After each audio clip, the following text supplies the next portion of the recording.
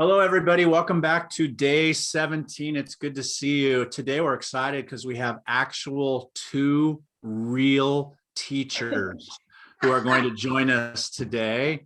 And they're They're not also just young. teachers, they're phenomenal teachers because they're both Book Love Foundation winners, right, Penny? That's right. Grant recipients last year and both in their third year of teaching. And part of the reason we wanted to bring you on is that we have both implemented independent reading for decades. You guys are new to the profession. You probably have experiences that are different than ours. You know, we just want to think a little bit with you about what it's meant to have your own classroom library. How do you get kids engaged with reading? All those things that I think other people will really benefit from hearing about. So Victoria, will you introduce yourself to us, where you teach? Yes. Hi, my name is Victoria Parent. I'm so honored and happy to be here today. I'm from Richmond, Virginia, and this is my third year of teaching secondary English.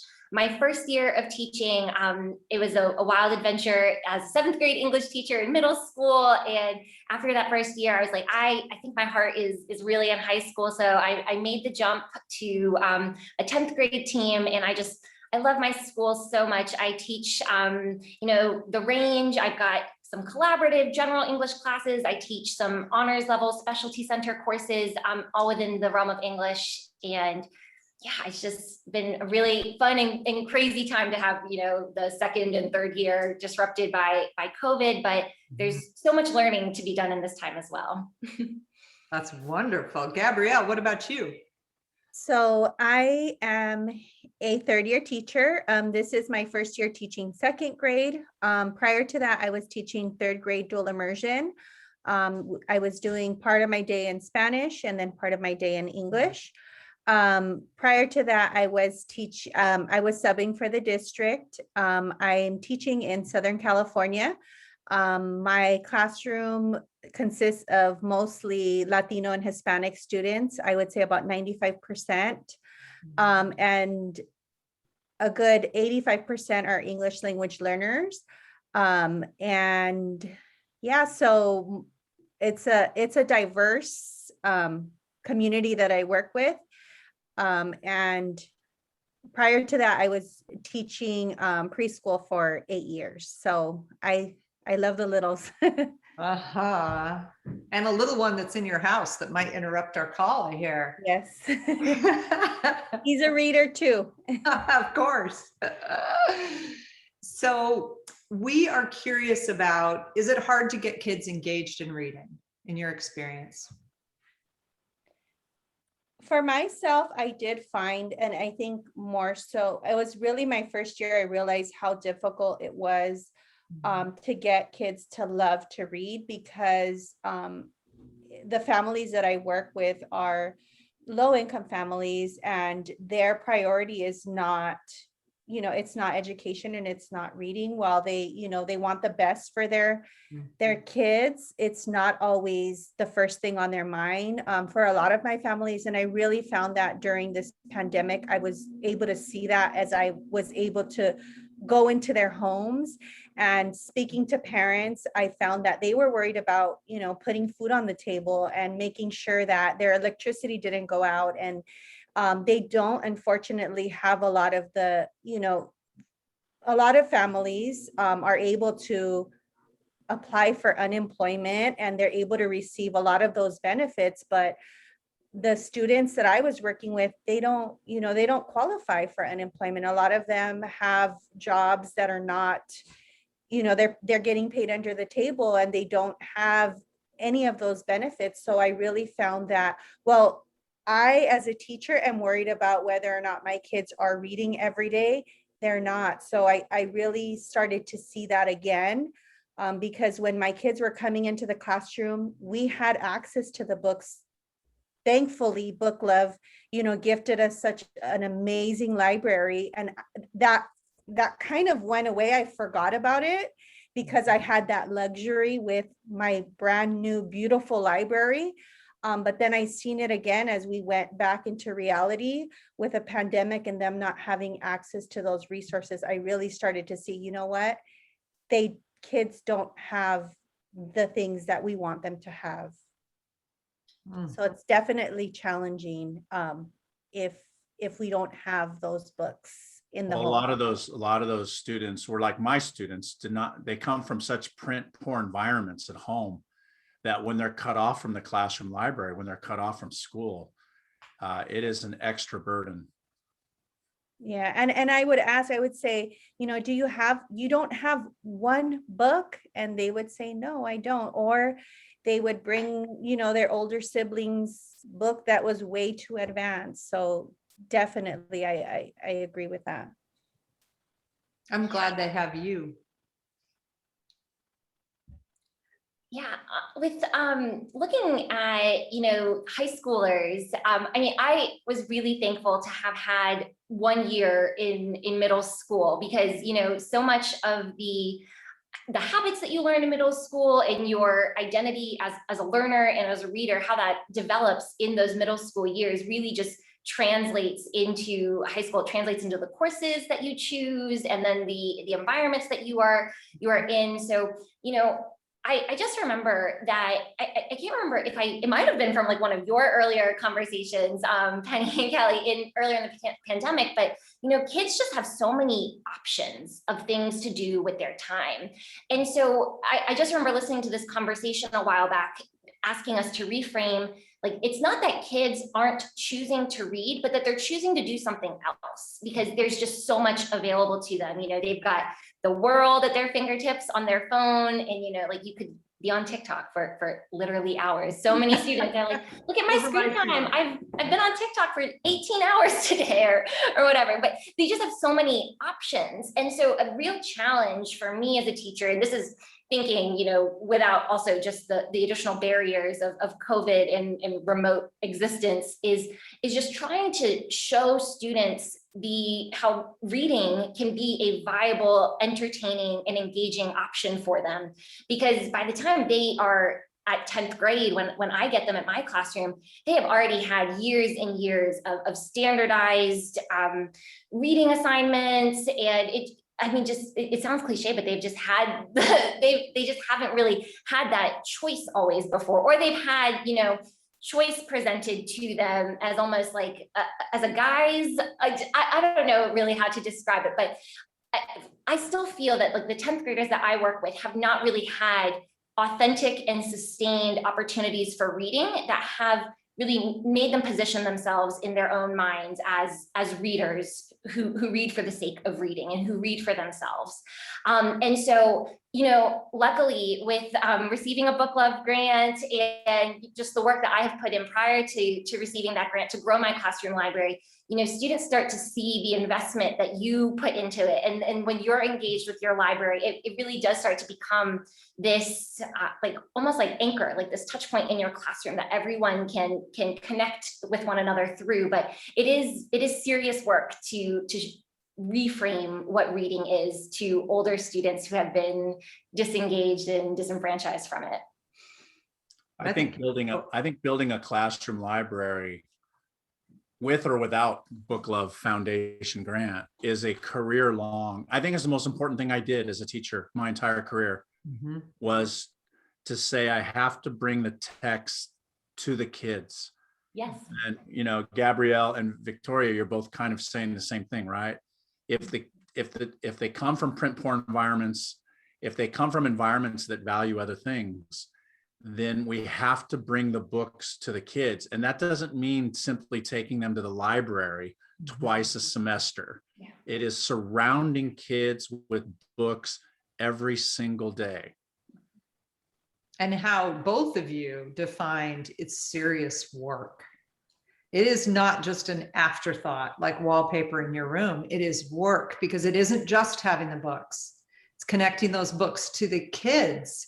And, I am sure, Gabrielle, you wanted to send each kid home with a stack of books, right? There's a foundation called Bring Me a Book that's in the Bay Area, and they create home libraries for kids. And that's someplace you might apply to, Gabrielle. I can send you information on it because our students need access, right? They need time, they need access, they need a teacher who knows how to help them move. That's what you two are doing. It's inspiring to listen to you. So as we record this, it's starting to look like you're gonna be back in classrooms with kids in the fall. Yeah.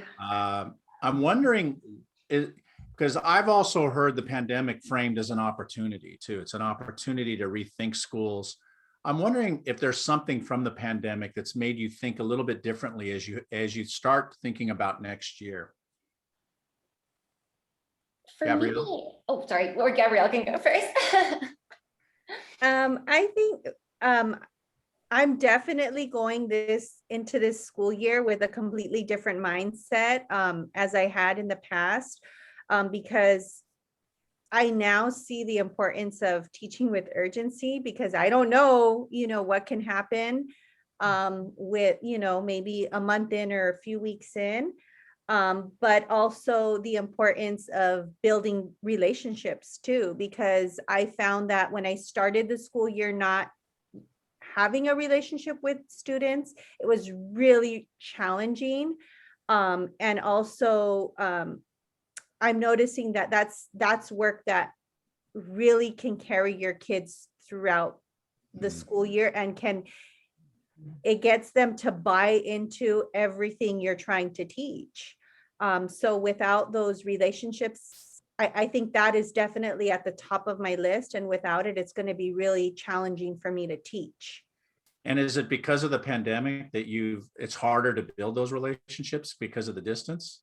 It is, because while my kids kind of know me, they don't know me. Right. And I Right. don't know them as much as I know my students from the year prior. I feel like although I can do all the social emotional learning and curriculum I want, but there's just still something that's not there. And it's funny because the other day the kids had said, if we go back, I can't wait to see you. I can't wait to see your shoes. I want to see what your feet look like, because it's like, they just know this part of me. So That's so very funny. it's those, but it's one of those things where I realize, wow, like my kids only know this part of me. They don't That's know. crazy. Yeah, they there's so much more, and there's so much more that I don't know and I want to get to know. Do you know, my daughter is in her second year, and one day on Zoom, her fifth graders, who were brand new to the middle school but couldn't come, right, because of COVID, asked her if she'd tour the building. They'd never even been inside their middle school. And she took her computer around. Here's the, library. And it made me so sad. Like, there's so many, but I was also thinking, Gabrielle, I dropped into a second grade. I did a little lesson with the second grade. And one of the kids is spinning in his dad's chair, his dad's office chair, the entire time I'm there. And I'm thinking, I'm not going to call him out, because I wouldn't do that in class. I'd go by and put my hand on his shoulder and I'd say, hey, how are you today? You can't do anything like that. So you've got this like kind of chaos, this girl who keeps getting up and getting food. And, a mom comes in and is yelling at the kid, they got to pick up something. And I was like, how are teachers doing this day after day? It's exhausting. Victoria, what are you going to take from the pandemic back into your classroom? Yeah, well, so one of the bigger challenges for me this year have been the non-negotiables from the county and the state and the people higher up from us. Like the fact that, standardized testing is still happening, the fact that we've had pretty standard testing or grading policies still in place. Those have been the really difficult parameters to work within. But what I have realized though is that, even though those are pretty set in stone, there's so much more that I control in my everyday classroom. And there are so many, it's forced me to become a little bit more creative in how do I work within this. Right now it feels especially inequitable. It feels especially unjust to have kids take a standardized writing test at the end of this year. It's coming up right after spring break, but it's forced me as a teacher to, really realign or make sure that my practices are really aligned with my values and with my goals as an educator. And so, putting an emphasis on relationships. I mean, I have 130 high school students that I have worked with, and we just actually got back to a hybrid form of in-person school. So I see some of my students are opting to come into the classroom, and we had a funny experience where I was like, you guys are taller than I thought you would be. And they're like, we think the same of you. They say that I give off like small person energy, but I'm like an average person. I'm 5'6". I don't know what small person energy means really, but I thought that was an interesting descriptor. But I mean, like, there is that emphasis on relationships, but then also the pace of my classroom is something that I have been just really, it's been interesting to see this year, because with, standardized testing and everything really dictating so much of what we do, there is this emphasis traditionally in school, especially at the secondary level, to move at this quick pace, to we've got a lot to cover, we don't have a lot of time to do it, so we're going to move quickly. And so even with knowing that we were going to have a standardized test, it was just impossible to move at the pace that we would go at in previous years. We had to slow down because of technology issues, because people got sick at different points in the year, because our schools we tried to go back in person in the fall. We were there for a week and then we switched right back. There were just so many circumstances outside of our control that we had to slow down. And that was so good for so many of us and so many of our students, because it allowed us to really hone in on skills, and then also really allow students to read what they wanted to read and practice writing in more authentic places than what the test at the end of the year typically mandates for them. But that was just how we got students to buy in and stay with us throughout the entire year, because it's so lucrative for kids just to say, oh, I had an internet issue, and log off. So part of the challenge of this year is like, how do we get kids to choose to log in on time and stay logged in for the whole class period and talk to us, and slowing down the pace and really allowing this year to become even more individualized, student-centered, constructivist has just been so important. And that's really what I want to take with me in future years. Like, there are still texts that I want to teach, like to like a whole class. And in previous years, I've crowdsourced copies of Born a Crime by Trevor Noah and Just Mercy by Brian Stevenson that I would still love to share with all of my kids. But just the emphasis on individual pacing and that general flexibility is going to be something that, like Kelly said, the pandemic was an opportunity for so many educators to revisit our practices, and it's been beneficial to slow down. So I'm wondering, how have colleagues supported you? Like, if people who sign into this, they don't work at your school, they don't know you, but they have new teachers. And how can people who've taught a long time truly support you? Are there situations when you felt supported or didn't that come to mind? Yeah, I have felt really, so I am actually, I'm a PLC leader at my school. So for the 10th grade English team, we work all together, but I mean, our PLCs are really developing and forming. So we haven't gotten to the point where we're actively planning a whole lot together. We're more so meeting once a month to kind of share ideas and check in with one another. But everyone has been just very like philosophically supportive, like, yes, let's slow down. But when it comes to like thinking about the pressures of testing, then, people can kind of clamp up and want to go back to old ways, because I mean, the testing is the old way. And so it's easy to fall back into those more traditional practices that aren't really student-centered or student responsive. So I would say that we're supportive and we're all in it together, but then sometimes the stress from testing season can kind of inhibit that supportiveness with one another. I think for myself, I've kind of had a mixture. There are people in my district and in my school that are very supportive of, the new teacher wanting to do all these fun, exciting things. And they're truly excited, and they are supportive.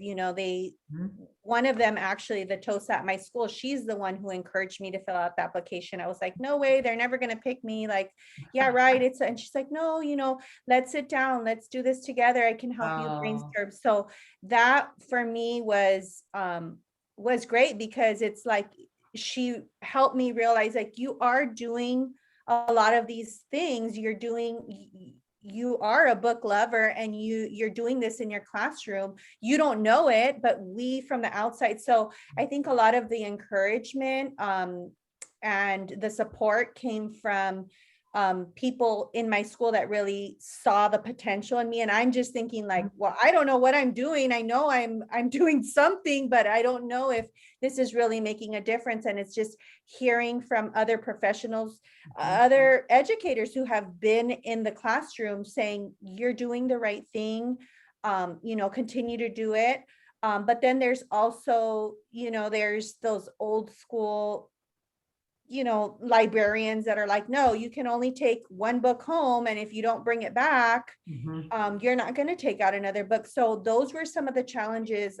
There's a lot, and I'm not here to, there's the AR stuff. And it's like, that wasn't working for me. And I came into a school who was like, they've been doing it for years. And it was really hard for me as a new teacher to say, you know what?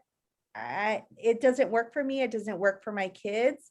It's very uncomfortable for me. I was nervous, but when I had other educators, people that I was working with that said, you know what, I feel the same way. I just haven't said anything. And once there's people there that are willing to say, you know what, maybe we should look at those practices. Maybe, it doesn't work for everybody. So I think just making it a place that's safe and being encouraging can really make a difference for a new teacher coming into the classroom. And you had some serious courage to ask questions about an existing program that a lot of people were using. So good for you.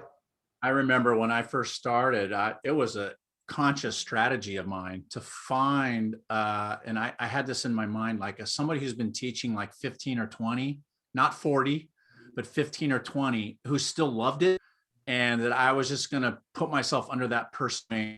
And in my first two, it was Charles Lois, who was a math teacher, but because there was no extra English class available. And it was just even you guys are both 3 years in, but first 5, 6, 7, 8 years, have that person when you can go to and say, I'm not down with accelerated reader. What should I do? To have somebody who kind of knows the DNA of the district and of the site, I think is really, really important. Yeah. I think you have to go ahead. Oh, I was just going to say, like, I'm so lucky that my next door neighbor at school, her name is Beth Lucas. She's major inspiration to me. She is that person she knows the DNA of the district. I love that, Kelly. And she has just been like a huge supporter of me. And I was this is some exciting news, but we just got approved, Beth and I, to start a Project Lit book club at our school for next year. Nice. And we got some county funding for $800 for books for this book club. And so it's just really going to support the independent reading work that we're doing in our own classroom, but it's something again that, it's like that iron sharpens iron thing where it's just like Beth is really excited about independent reading and about using literature to change the world. She always says, she has like a big lead with love right outside of her classroom and always calls her students world changers. And so she just has that energy that is just, it's in book love. It's in this new upcoming generation of teachers. I think we're really concerned with pushing the status quo and changing the way that we go about the profession of teaching and how we really educate our students to become citizens of the world. And so, I mean, it's just infectious when you can find people like that who can really help sustain you in otherwise really difficult times. So Penny and I often talk about that day, that we will be passing the baton. And I'm going to say the two of you have made my day, because I need to know that you guys are out there. I need to know. And so I want to thank you all for coming on. I thought maybe we'd give them a quick lightning round question or two, Penny. You bet. We also are going to ask them what they're reading, because that's a pretty good question too, right? Okay, so your favorite city outside the one you live in? Boston. Good choice. Right down the road. I haven't been to very many places, but inside of California. So I like going to Sacramento. Oh, nice. Tell me an actor you love and a role that you love that actor in.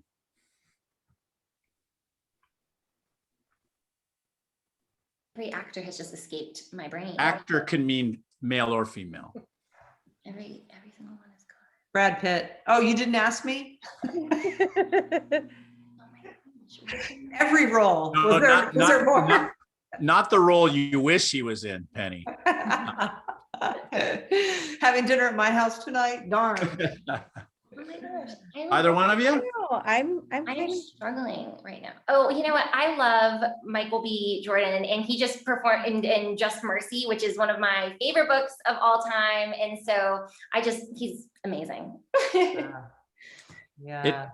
It's okay, Gabrielle, if it doesn't come to you right away. Let's finish with what you're reading. So I was saying this before we started recording, but I have this habit of going back and forth between a book for personal reading and then a book from my classroom library so that I can, talk to my students about it. And then, just going back and forth through that. So I just read Ready Player One, and then I read Slay by Brittany Morris. And now I am back to Ready Player Two. And I can't ever read anything without thinking about how I could maybe use it in the classroom, either excerpts or just sharing it with students to read on their own. But I mean, just really great escapism. But then Slay was very much rooted in this real world and was talking about affinity groups. It was just so wonderful. Absolutely. Loved that book. How Gabrielle? about you, Gabrielle? well, I'm currently on maternity leave, so I kind of turned off my my teacher. You mean yeah. your brain is completely turned off because you're in exhaustion mode. Yes, I don't know how I survived. So right now I'm actually reading the 5 love languages. Oh, I've heard of that. Yeah, I really like it because it tells you, what your partner's love language might be, and even yours. So it's interesting. So I'm reading that. I really like it. I love it. I'm actually almost halfway through one of the summer book club books. I don't know if you know this one, When Stars Are Scattered. It's one of our elementary choices. 2 boys in a refugee camp. They've been there 7 years from Somalia. And it's a graphic novel, and it is so wow, there's so much. And the story was written by Omar Muhammad, who dictated some of it to Victoria Jameson, but this is his story of being in a refugee camp. So I think it's going to be great. And our summer book club, which should be opening registrations in another week or so, is coming up. We're so excited because we raise money to fund people like you. And it's really, really a pleasure to do that.